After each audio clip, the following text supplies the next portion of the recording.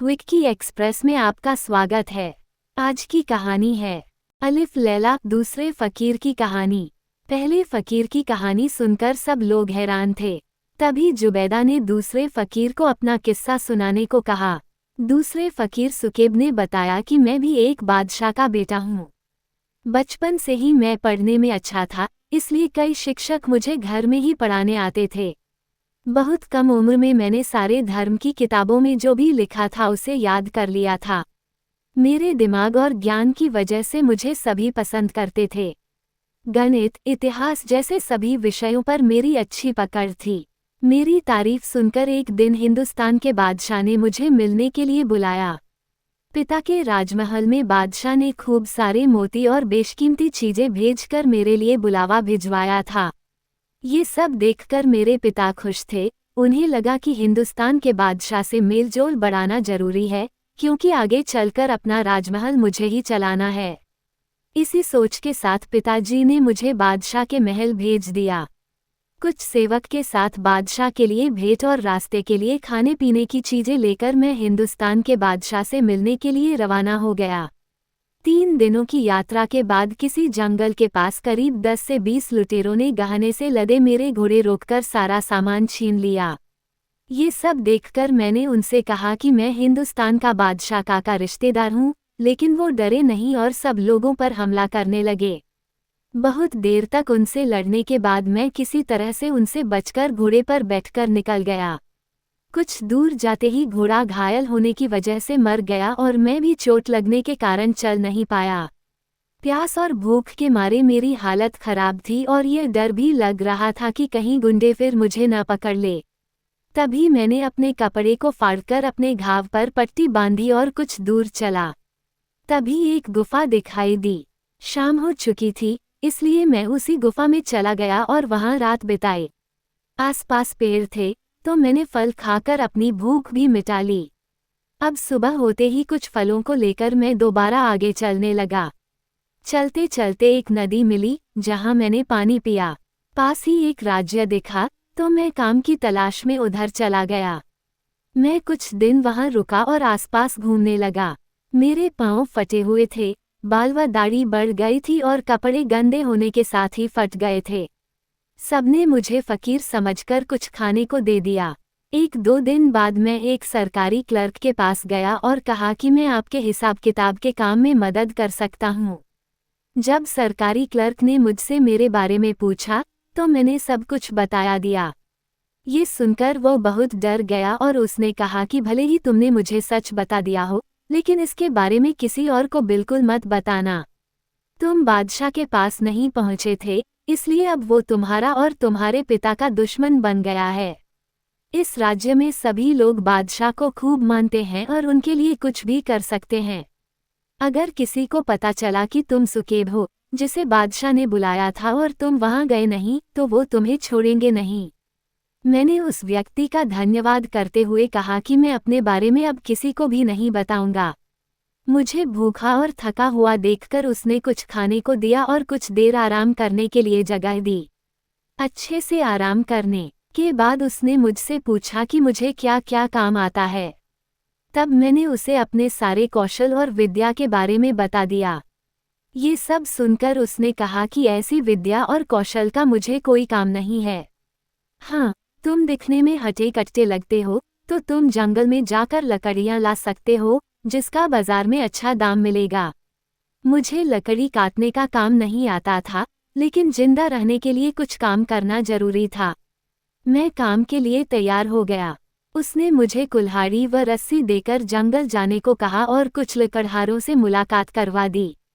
मैं रोज लकड़हारों के साथ जंगल लकड़ियां काटने के लिए जाता और उसे लाकर शहर में बेच देता था।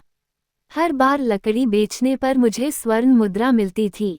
कुछ समय बाद मेरे पास बहुत सारे सोने के सिक्के हो गए। उसके बाद मैंने उस सरकारी क्लर्क के पास जाकर सही राह दिखाने के लिए सोने के सिक्के दे दिए। फिर इसी तरह से लकड़ी काटते काटते 1 साल से ज़्यादा समय हो गया। एक दिन मैं लकड़ी काटने के लिए जंगल गया और वहां मुझे एक अच्छा पेड़ दिखा। तभी उससे आगे एक और घना जंगल दिखा, तो मैं उधर बढ़ गया। वहां जाकर मैंने लकड़ी काटनी शुरू की। तब मुझे एक लोहे का कड़ा दिखा। मैंने मिट्टी हटाकर देखा तो वो लोहे के दरवाजे से लगा हुआ था। मैंने उसे ऊपर की ओर उठाया तो वहां मुझे सीढ़ी दिखी। मैं वहां अपनी रस्सी और कुल्हाड़ी लेकर उतर गया। उस जगह में एक बड़ा सा मकान था जिसके खंभे सोने के बने हुए थे। वहां एक सुंदर सी लड़की बैठी हुई थी। मुझे देखते ही उस लड़की ने पूछा कि तुम इंसान हो या जिन। मैंने बताया कि मैं इंसान हूँ। ये सुनते ही उसने कहा कि तुम्हारी जान यहाँ खतरे में आ जाएगी, जल्दी से चले जाओ। उसकी आवाज़ सुनकर जैसे मुझ पर जादू चल गया। मैं कुछ देर चुपचाप वहीं खड़ा रहा। उसके बाद मैंने उस लड़की से कहा कि तुम इस जगह पर बिल्कुल भी खुश नहीं लग रही हो, क्या बात है?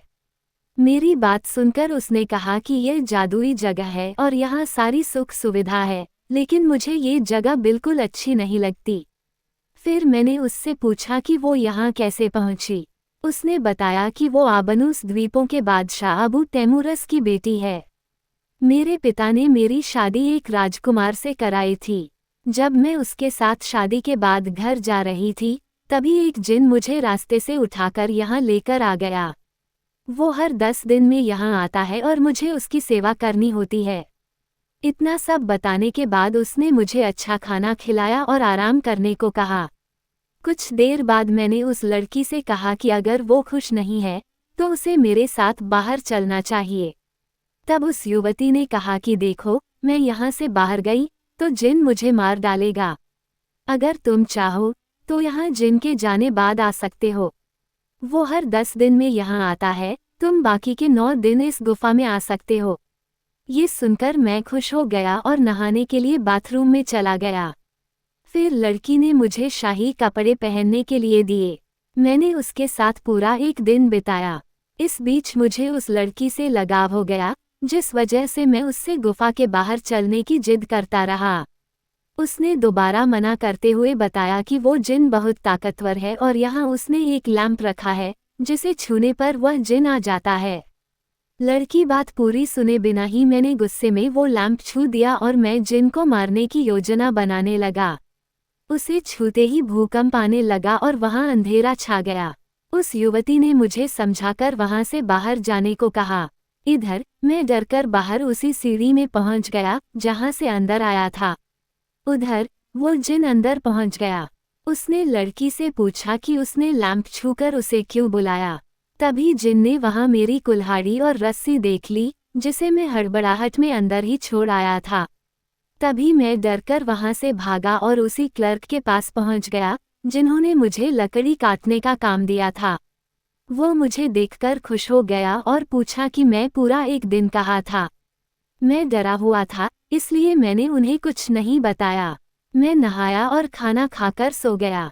कुछ देर बाद एक व्यक्ति उस क्लर्क के घर मेरी कुल्हाड़ी और रस्सी लेकर पहुंचा। मैं समझ गया कि यह वही जिन है, लेकिन सच जानने के लिए अपना रूप बदल कर आया है। डर के मारे कुछ ही देर में मैं बेहोश हो गया और वो मुझे बेहोशी की हालत में ही उठाकर अपने साथ लेकर एक पहाड़ में चला गया। तभी मुझे होश आया और मैं खुद को इतनी ऊंचाई में देखकर डर गया। तभी उस जिन ने एक पैर मारा और मैं उसी घर में पहुंच गया जहां वह युवती थी। मैंने वहां देखा कि वो लड़की जमीन पर गिरी हुई और दर्द के मारे रो रही थी।